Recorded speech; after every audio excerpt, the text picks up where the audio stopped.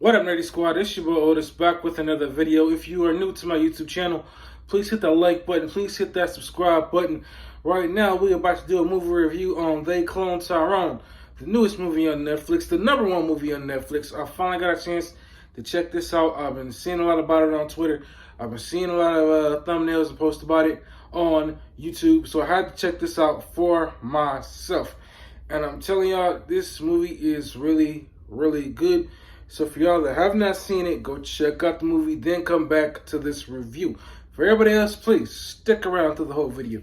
So let's go ahead and jump straight into it. But before I do, thoughts and prayers continue to go out for Jamie Foxx for his healing of whatever situation that he has gone through recently. I know there was a video out again recently, a few days ago, but I didn't get a chance to watch it, of basically him, not really going over what he went through, but just kind of, his outpouring of thanks to his supporters. So, now, let's go ahead and jump straight into this review. First thing first, man, hats off to, if I was wearing one, Teyonah Parris, John Boyega, and Jamie Foxx, man. Y'all all did a great, great job in this movie. Jamie Foxx plays Slick Charles, John Boyega plays Fontaine, and Paris plays Yo-Yo. Her character is a street worker, I'll put it like that. Jamie Foxx is a pimp, and Boyega is a hustler, drug dealer, whatever you want to call him. And in this movie, man, they basically have to get down to the conspiracy. Well, in this movie, they are basically trying to uncover this conspiracy that's going on within this made-up neighborhood called the Glen. And at first, everything just seems normal, man. They all doing their own thing. You see John Boyega's character, Fontaine, just living out his life. He's drinking, hanging out with his boys, trying to make his money. And so then he goes to see Slick Charles. And this is where things go crazy. He goes to Slick Charles to get his money. Slick Charles is staying in a hotel with some of the ladies. And after that, he gets shot up, and then he wakes up the next morning, and he has no memory of what happened the night before.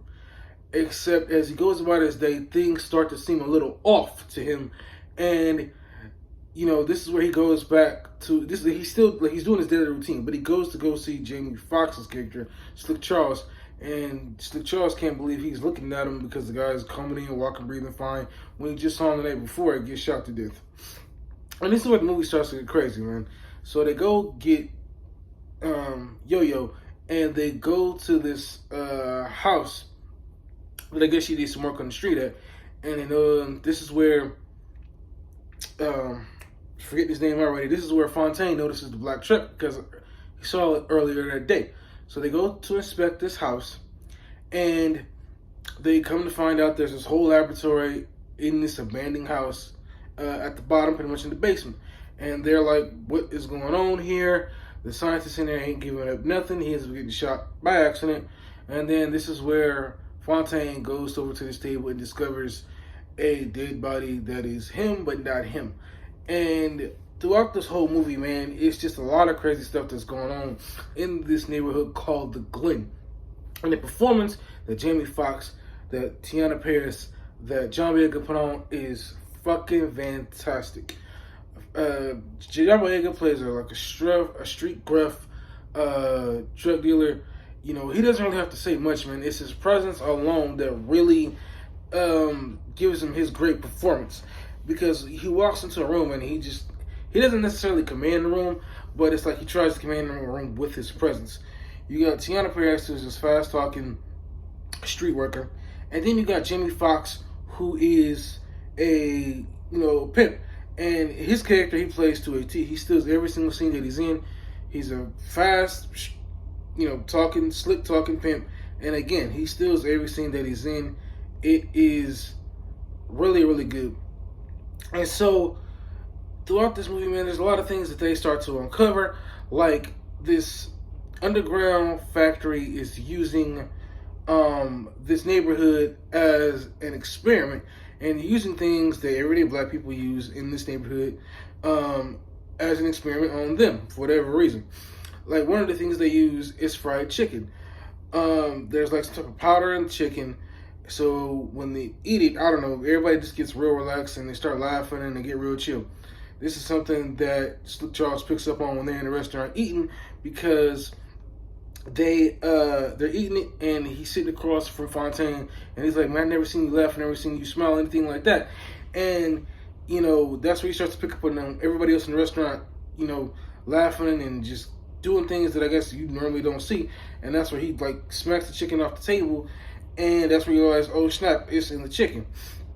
And so then they do some investigating and find out that whatever this conspiracy is, it's watching the whole neighborhood. Like, they got monitors in the back manager's room, and it's watching this whole restaurant and the whole entire neighborhood. So it's real deep.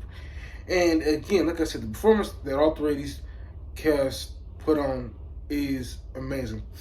And there's another part in the movie where they're in the underground, what I want to call a laboratory. It's underneath the church. And the scientists and people doing all these experiments have all these different people locked up and using different things to study these people, whether it's television, whether it's music. It's like all these different things they're using to study these people, man. And it's real creepy, man. It's this whole like just bunker built into the basement of this church. And speaking of the church, when they went to the church because they had to save John Boyega, and Paris had to go save Slick Charles because he was stuck in the back of this truck. It's a whole other thing.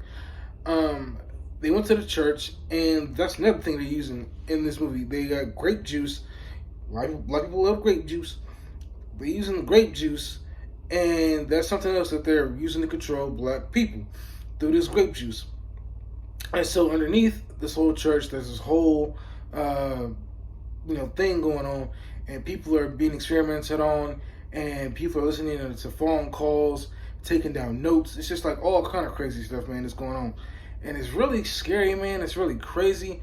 And some of it is like really, deep to like, what's really going on here. And so they discover in another room, there's, clones of people from the Glen. And Jamie Foxx sees his character in one of the machines. You got John Boyega's character in one of the machines, and it's really crazy to see, man. Just like their facial expressions when they see their clone selves in this, pods, man. It's really scary. Just their facial expressions, it gives you chills. And so they ended up getting away. They go to this club, and this is where things get even crazier because they're in the strip club, and one of the DJs uses the music to have them attack the three.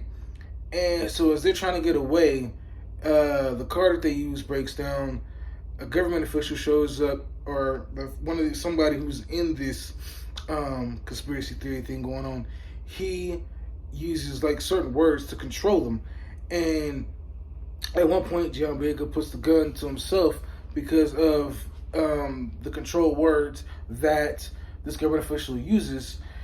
He can't move his body on his own free will. So yes, John Boyega's character is a clone, and yes, so is Slick Charles. The only person that's not a clone is Yo-Yo.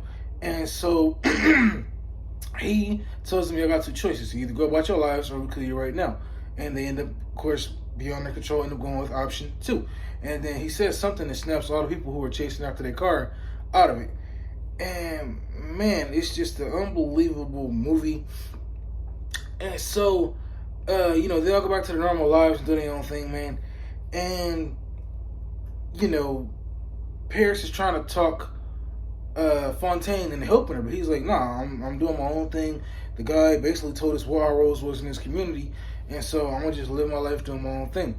And so she's like, you're a punk and you're trying to help, and he's like, forget it, I'm going back to doing my own thing. And so eventually she does get caught by the conspiracy, the underground team, and they go in to save her, and they bring pretty much the whole hood with them. And they set all these clones free, which basically releases this whole conspiracy into the world that something is going on. And, there's new broadcasts going on all over the world. And so this is where uh, Fontaine goes to talk to, his, well, this is where Fontaine gets captured, ends up talking to the real live Fontaine, which is basically an older version of himself, who gives him the real story about what happened to his brother, and he ends up getting killed by the other clone because the word again sets off the other clone, and he ends up killing the scientist. And so from there, the movie basically ends. But there is one, I think, was an end credit scene or mid credit scene where you see the show. Well, not the show, but you see the movie continues. It's in LA, and it's another Fontaine, but it's not Fontaine. And so he's doing pretty much almost the same thing that Fontaine was doing, working on all this other stuff. And then he goes to chill with his boys. And on the news is the story about the clones. And so he sees a clone of himself, and his boys looking at him like, "Ain't that you, Tyrone?" And the movie cuts off. And I almost forgot, before all that, you do got the three main characters. They all survive. And then they all decide that they want to go to Memphis, because early in the movie, the guy, well, one of the guys behind it all, who was pulling some of the strings, let them know we got, we got like pods, and we got this organization all over the world, LA, New York, Chicago, wherever, and that pretty much leads them to be like, look, we need to go help some other people. So that's pretty much the end of this movie, man. Again, they all did a fantastic job. It was a really deep movie with a lot of deep things when you look at it, as far as like, black people and chicken and Kool-Aid and just all these different conspiracy theories that are thrown out there. And it's worth checking out. It's worth checking out. So if you are into these, conspiracy theory kind of things, if you're a fan of Tiana Paris, John Boyega, or Jimmy Fox, check it out. Anyway, that's the end of my review. Y'all push your comments down below. Y'all let me know what you all think. I'll see y'all in my next video. Make sure to look out for my next live stream. Peace. I'm out.